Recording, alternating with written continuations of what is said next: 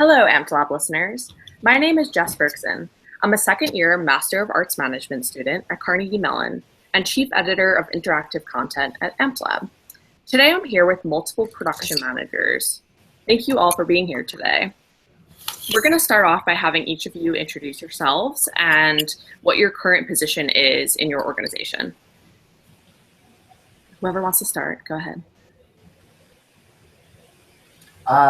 Hi, I'm Joel Kraus, production manager for Arena Stage in Washington, D.C.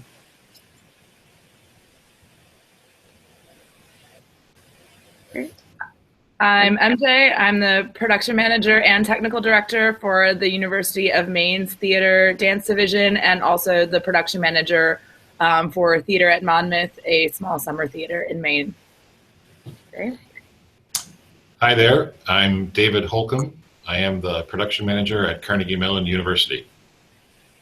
Great, thank you all again for being here. So it's no secret that production managers have a lot on their plates. For many, one of the biggest, and I know personally as a production manager, one of the biggest time sucks is in scheduling. Can you each talk about the different tools and technology that you may use when you're scheduling, whether it be a production meeting, a rehearsal, or another meeting? Sure. In terms of scheduling production meetings, the thing I use more often than not just to gather schedules and find a time that works is Doodle, sending out a poll with various options to have people choose when they're available. In terms of sort of day-to-day scheduling, we use a software here at Arena called Artifacts, which is actually a venue management tool that allows you to schedule various rooms, publish schedules via email on a web portal, and that allows people to actually request use of the space. Great, so you control that and other people request it through you? Between production management and general management, yes. There are actually various rooms are controlled by different departments. So there's an approver in each department who oversees those particular rooms. For us, scheduling production meetings is fairly rote. I mean, they're fairly standard schedules, so scheduling them is not too hard. They're almost always the same day of the week, every week. The challenge becomes we have multiple shows going on at the same time, sometimes as many as 5 or 6 in process that may need production meetings on the same week. So our challenge becomes scheduling which one's going to have which slot in which room. And for that, we do a lot of email back and forth and a lot of Google Calendar work. For the room schedules themselves, we use a system that the university uses, which I kind of hate, would like a better one. It's called 25 Live, and that is a room scheduling software that's essentially used by the university for really for teaching rooms, but we use it for several other resources here as well.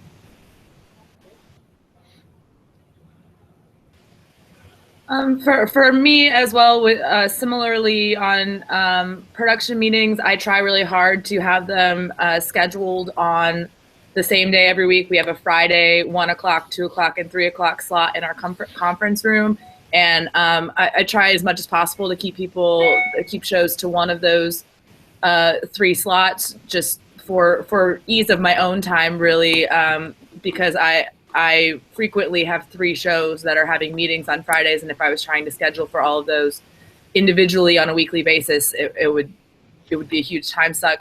When I do need to schedule something, I use whenisgood.com or when to meet. I find the format, while it's certainly not as flashy or as modern looking as Doodle, I just find the format of the way that you input the information to be so much easier to look at, especially if you're trying to look at the whole time frame of every hour, 9 to 5 over Monday through Friday. Doodle seems much more suited to a much smaller range of time frames, so I tend to use When is Good most frequently for that. And then in terms of room scheduling and things like that, we have a Google Calendar for each of our rooms, and then we have some computers set up around the around the building near all of those rooms where they have view-only access rather than edit access, so that people can see if a room is available, and if it is at the time that they want, then it's an email to our facilities manager who ultimately updates and maintains those Google Calendars. Yeah, let me just want to add one thing to that our students do a lot of the production managing, the line production managing, and so a lot of ad hoc meetings happen here through the use of all those things you two guys have just mentioned, when it's good, when to meet, and Doodle. They all have their advantages and disadvantages. One of the things I like about the Doodle, that's just for my own personal use, is you can actually give yourself an account with Doodle and have it pull up your personal Google Calendar next to the Doodle invitations. So you can see all on one screen Doodle invitations and your calendar and make choices. Yeah, that's definitely true. Do you guys have a meeting scheduled? Do you send out a Google invitation? What kind of notification do you send to your teams to let them know that the meeting has been scheduled and where it's taking place? Does it usually take the form of an email or a Google event or something else? Here it's kind of a mix of things. For our full-time staff, we use Office 365, so everything happens in Outlook. I send an invitation that way, so it will appear automatically in their calendars. For designers, directors, other creative team members, it usually takes the form of an email, just saying this is where and when we're meeting. Yeah, notification is mostly through email for me as well.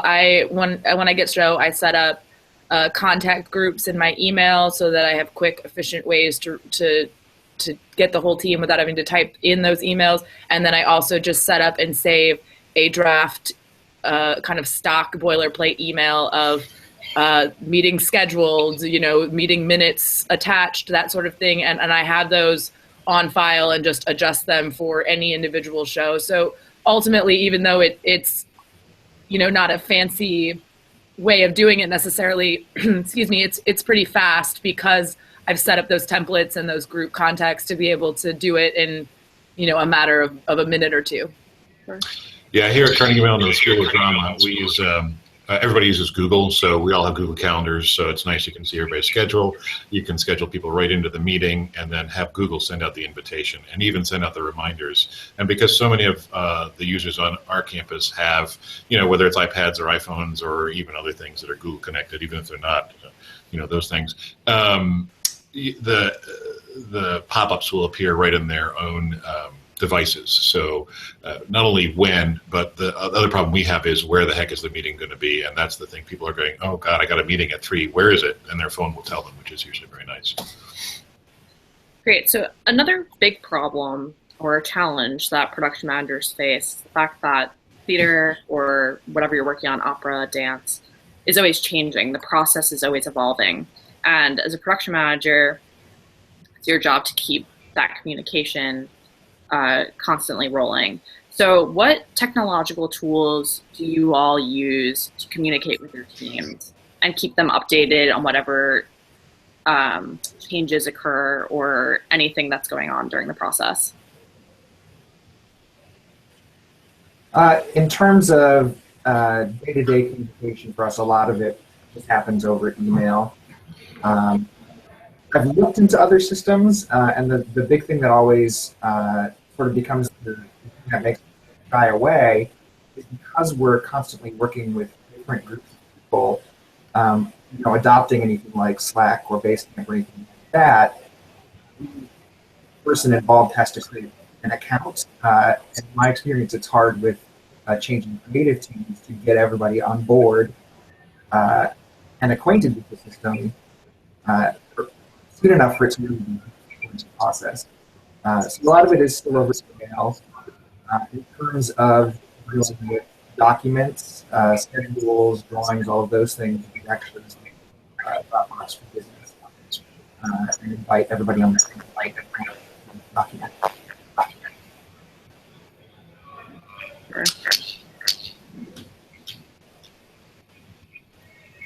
For us, a lot of email as well. I really struggle here with, the students are constantly changing over. We constantly have different guest designers, and also that I'm working with, 3/4 of them are over the age of 60. So getting them on board with new technology is really difficult. I tried to last year implement a system where we kind of had our space calendars, our venue, or our like room calendars in Google Cal, and then also had a different production calendar that tracked the individual show, not the individual space.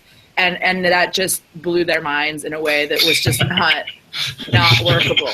So now I have a long form PDF calendar that I maintain for the full season production schedule, and it ultimately ends up being a lot more legwork on my end, but also it meant that the right people were in the right place at the right time with much more consistency than when I was trying to use the Google Calendar. So it's just something that I've accepted is the nature of this job in this place. I have been pretty successful about getting Google Drive up and running, though, as a way to be a meeting place for all of our research images and also meeting notes and rehearsal reports and things like that. And getting people on board with that has probably been the biggest success in terms of communication, because everyone's going to one central place to upload their own things, so they can go there as well and just kind of happen upon all the other information. And also there's a pretty regular emailing on my part about when I notice that new things have been uploaded that might be worth other team members taking a look at. I send emails pretty regularly, just encouraging people to review what's there prior to the meeting, or it's actually part of my meeting reminder email to please take a look at what might be new in the Google Drive before coming to the meeting, so we can all be prepared, that sort of thing. But I admit that I wish I had a system that was less based on my own personal time and legwork in order to make that happen, and I just haven't found something that is easy enough to onboard people with and also provides enough value to make it worthwhile.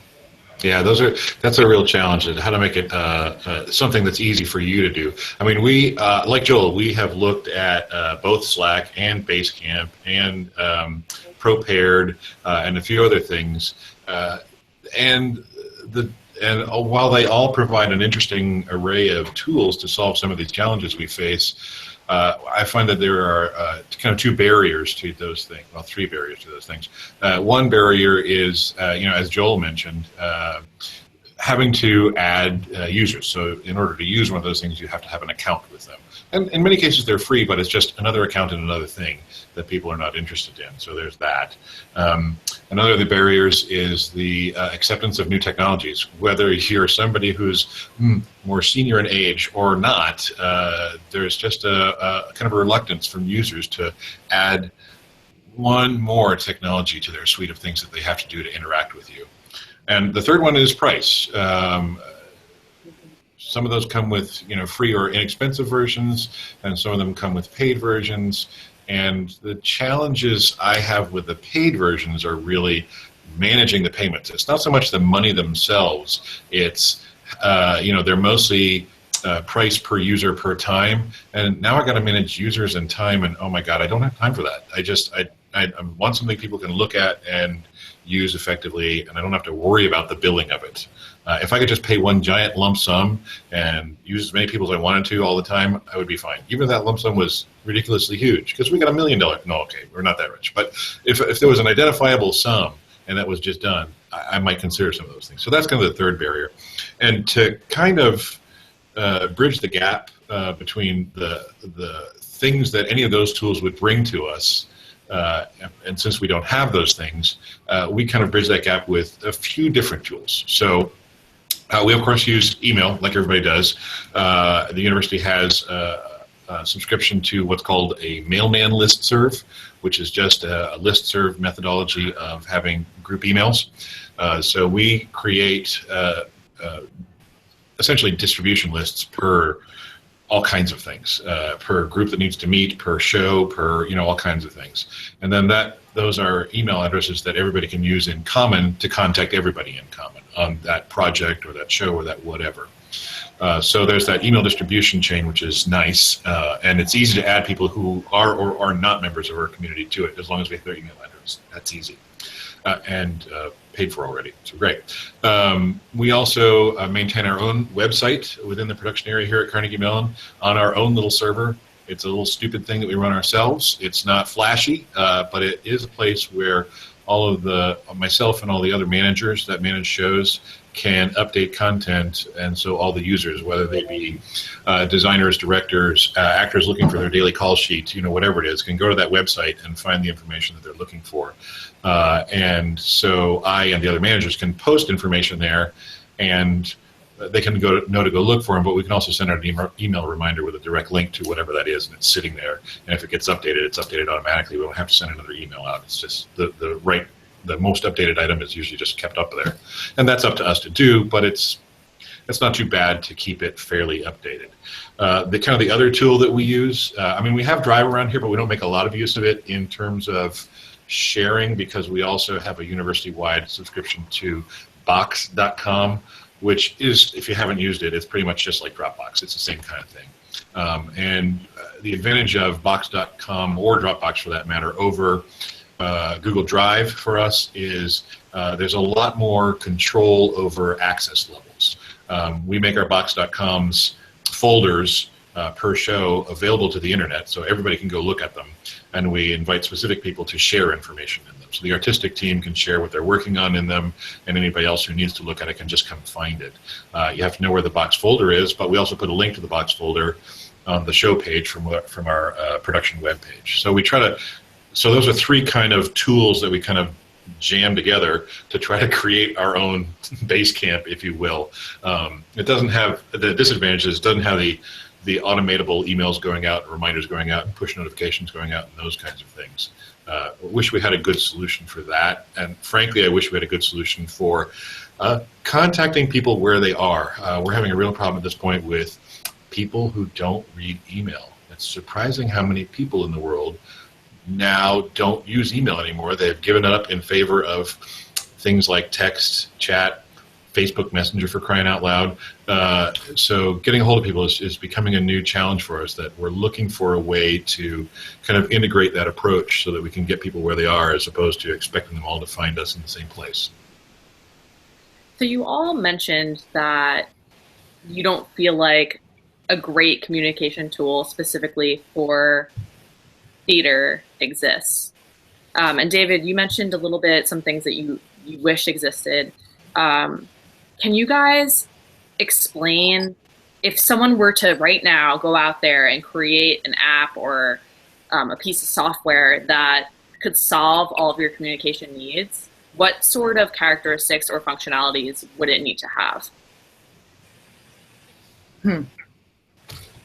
A lot of flexibility. I think that that's the biggest thing that I've found with, especially with things like even Prepared, that specifically tried to address the theater market, or virtual call board, those sorts of things.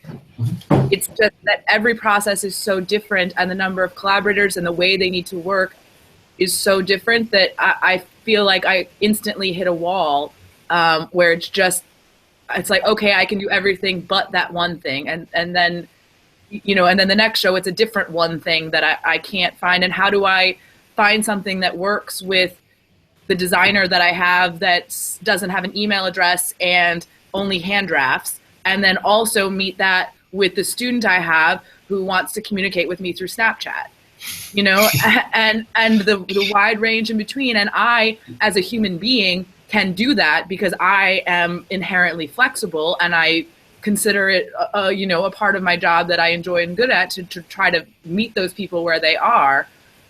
But it does mean that there's a lot of legwork there that just, these technology pieces, I need to be able to dig around almost in their core formatting in order to make it work on an individual basis. And, I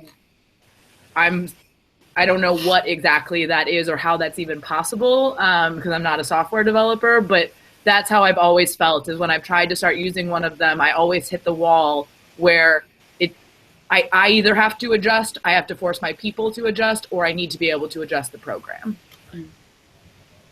Yeah, speaking to that same idea, I think my dream would be a system that allows users to opt in and select how they want to be communicated with. Right. Someone could choose, I want to receive an email every time something changes, or I want to receive a text message or a notification of some sort. And I think it would be great if people could do things like email a document and have it uploaded into a folder and shared, those sorts of things. Being able to use the technology that's already there, that people are comfortable with, but for the people who are comfortable with interacting a different way, give them the opportunity to have more control over the Yeah, I agree. I think the challenge is using tools people are comfortable with, or if there was a single tool that could interact with the tools that people are already using, right? So if we had a system that would keep the schedules, but it would publish to something that people's Google calendars could interact with, or people's phone calendars could interact with, or people's, whatever. We're even toying around with, I forgot to mention this earlier, we're toying around with the stupidest little app that's out there that we only know about because I'm a parent and I get a lot of emails for my child based on a bunch of school system things. It's called the Remind app, and it allows users. So it's a broadcast system that allows the users. Yeah, write it down. Remind.com. It allows users to select how they want to receive the message. So they can receive the message via text if they prefer that, or they can receive it via email if they prefer that. It's really dumb and it's really little, but it's a way of ensuring that your broadcast message gets heard in the way it wants to be heard at the other end.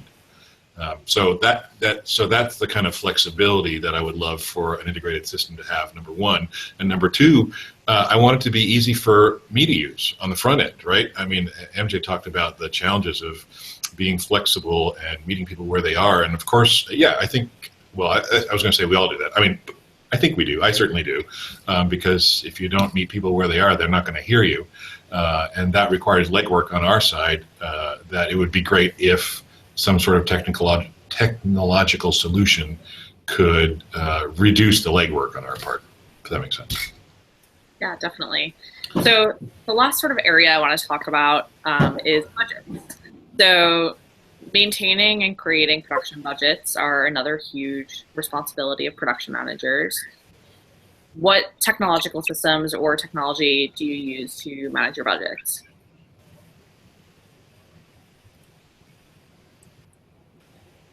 Well, we still use Excel for most of building budgets, doing sort of bigger picture projections and that sort of thing. In terms of the day-to-day management of expenses, we have a custom Microsoft Access database that everything is put into, and then you can generate reports and queries based on that.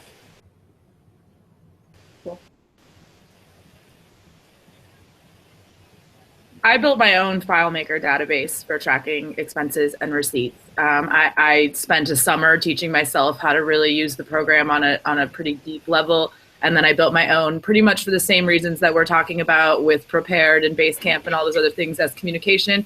I just needed something that worked the way I wanted to work and could track across multiple departments and multiple shows and those sorts of things. And I wasn't really finding a prefab solution that didn't annoy me, so I just did what I had to do to be able to make something that allowed me to work the way I wanted to and create meaningful reports of the information that I cared about. And it's certainly not perfect and probably could have been done better by a professional developer, but I work for small organizations with no money, so I made it work for what works for me. But they bought you a FileMaker. That's no small feat. That's good. I bought myself FileMaker. There you go. So around here we do most of the budget creation and generation through Excel files. But like Joel, we do most of our tracking around here in Access databases. just because of the ease of being able to track long-term and reports and things like that. I do have to say, so I actually teach this as well. Some people will know that very, very directly. So I actually teach how to do some budget and expense tracking in Excel. I teach how to do it in Access. I'm actually transitioning myself into doing it in FileMaker as well. Oh my God, my brain hurts. So I'll talk to you later, MJ. And those are all great tools. And in fact, of late, I've been making some use of Google Sheets, which has some advanced functionality, advanced query functionality that does not exist in Excel. And because it's so easily shareable, it's surprising what you can do in Google Sheets now that you can't do in Excel. So there's that as well. But the other kind of thing that I find Access particularly useful, apart from just keeping of information and reporting of information, I've been using it for years, and so not only do I know the parts and pieces of it pretty well, but I actually do a fair amount of work in VBA, Visual Basic for Access, coding behind all the queries and forms and reports. So I can not only have it, spit out what I'm looking for, but I can also have it automate processes for me, just business processes. I'm going to create this report, then I'm going to have to make a PDF of it, then I'm going to have to send it out on an email I'll go find an address. And, in that place, I'm using Access and Acrobat and an email thing, but I can make Access do it all by itself now, right? So I can say, push this button, and it will send this thing to that person. And great. And that just speeds up my own work, my own kind of, boring, tracking, work, so that I can get back to the real work of production management, which is actually talking to people and getting them to do their work. Yeah, having seen those Access databases firsthand, I can say that they're very mind-blowing, David. Thank you. Do any of you use any apps or software for your department heads to report expenses to you, like receipt, or do you have them hand in their receipts in hard copies? I know that there are some apps that exist out there where you can take a picture of the receipt and send it to your supervisor. Do any of you use something like that? Or would consider? No, our business manager, the person who ultimately does all the processing for the university here, wants hard copies, and I mean, I don't have any department heads. It's just me. So, so I track things and then hand it off to her after that. Pretty much go straight into my FileMaker database, and then I hand the hard copies to her, keep scans for myself. Cool. But you're doing the entry into the FileMaker yourself, right? Yep. So more work for you. Yeah. I mean, I don't have any people, so if I want to track it, then I got to track it, Right. Yeah, we still use a paper system as well. We use paper purchase orders. Big time, yeah, right. We use credit cards too, but most everything gets tied back to a paper purchase order still. We've talked about moving to an electronic system for that and just haven't gotten there yet. But in order to alleviate the burden of our department heads, we actually have someone in the production office who does all that data entry. Yeah, I would love to have something like that. And just like others have said, there's the requirement around here to have the paper copy, although it's now turned into a scanned copy of the paper copy, which is a little bit better. So there's at least electronic things floating around. What we don't have, sadly, is a good way for people to get it to me electronically. So I'm still doing data entry on my side, and what I'm looking for, and I think I'm probably going to work to probably a Google Sheets version of, give me your information so I can just copy and paste data as opposed to re-enter data. I'm heading in that direction, although I haven't quite got there yet. So. Cool. So my last question here. If you could each recommend just one piece of technology or one piece of software or one even technological infrastructure to recommend to all other production managers to make their work more efficient and accurate, what would it be and why? Think hard. I think one of the things that I use every day, the thing you run into as a production manager is constantly having bits of information thrown at you. You know, walking down the hall and someone says, "Oh, by the way, we need to make sure this happens," or "I need you to think about this thing." For me, the challenge has always been just keeping track of all of those things. So I think a good task management software is really important. The one that I have really fallen in love with is called Todoist. Mm-hmm. And the thing I like about it is you can input from many different places. You can email, you can input it from an app on your phone. I think at this point you can even tell Siri and have Siri enter an item in your to-do list. And it lets you sort things based on a deadline, based on different contexts. You know, you can have a tag for, I need to do this when I'm in the office, or I can do this when I'm at home, those sorts of things. You can tag various people.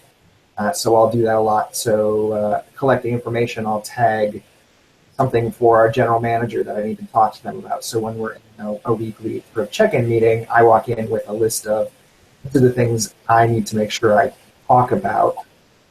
So that's become a really useful tool for me. Yeah, I was gonna say same concept, different app. I use OmniFocus for this, and what I like about that one specifically is I'm an Apple products user across the board. It's an Apple-based system. It works. You know, it has an iPhone app. It has a desktop app, and there's actually a little quick entry thing that sits on my desktop all the time that I can just go to the corner of the desktop, type it into, and it'll add it to the inbox of the thing, and then I can go back later to add what specific project or what the due date is or anything like that. And because it's on my phone as well, I catch those hallway conversations that way and get that information in there. And then the other thing that I think might be unique about it is that it also integrates with iCal. So it creates a forecast homepage for me where on any given day I can see the tasks that are due, either due that day or coming due within the next 3 days, and also see all of my calendar items listed right underneath of that all together.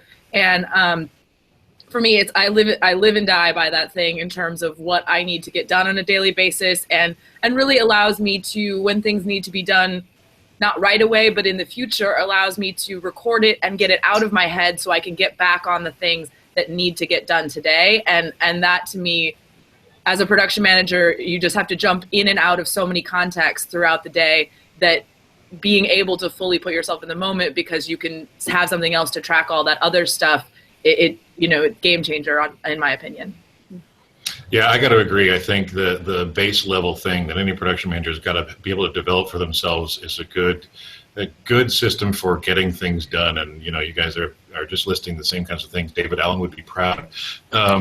So for that, I just use the native Apple items. I use the calendar, which is connected to Google Calendar for me. I use Apple Mail, and I use the reminders and notes. And now that those through the iCloud are all connected, I find them on any device I've got. And now that reminders and notes are also shareable, I can share those things out to people. So my context list, I can have a context list of things that, like for a meeting that's going to be coming up, and or a recurring meeting, right? And there's a thing that needs to go on that. I stick it on that context list, and I share that with other people who have the same context, and so we can all see that lit thing and add things to that list, and it becomes our agenda really quickly, very nicely, things we know we need to discuss. I think you need to find a suite of apps, whatever it is, and I think there's a lot of them. So there's 3 just examples right there of suites of apps that allow you to, kind of manage the volume of crap that comes your way, because there's a lot of stuff. And like MJ said, some of it's in the hallway, some of it's via email, some of it could come anywhere, and you've got to be able to capture it into your system so that it'll come back out again.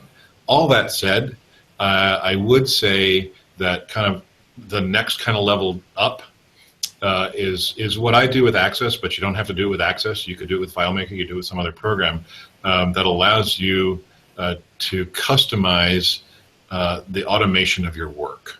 Right, and I use Access for it a lot, but there's others out there. And like I say, it allows me to do a lot of repetitive tasks. I can push a button and it'll do it, because you just want to get those repetitive things done. MJ talked about templates also, or things that she can drop right into email, and there's lots of good ways of having templates pop up. I use Mac products for that as well.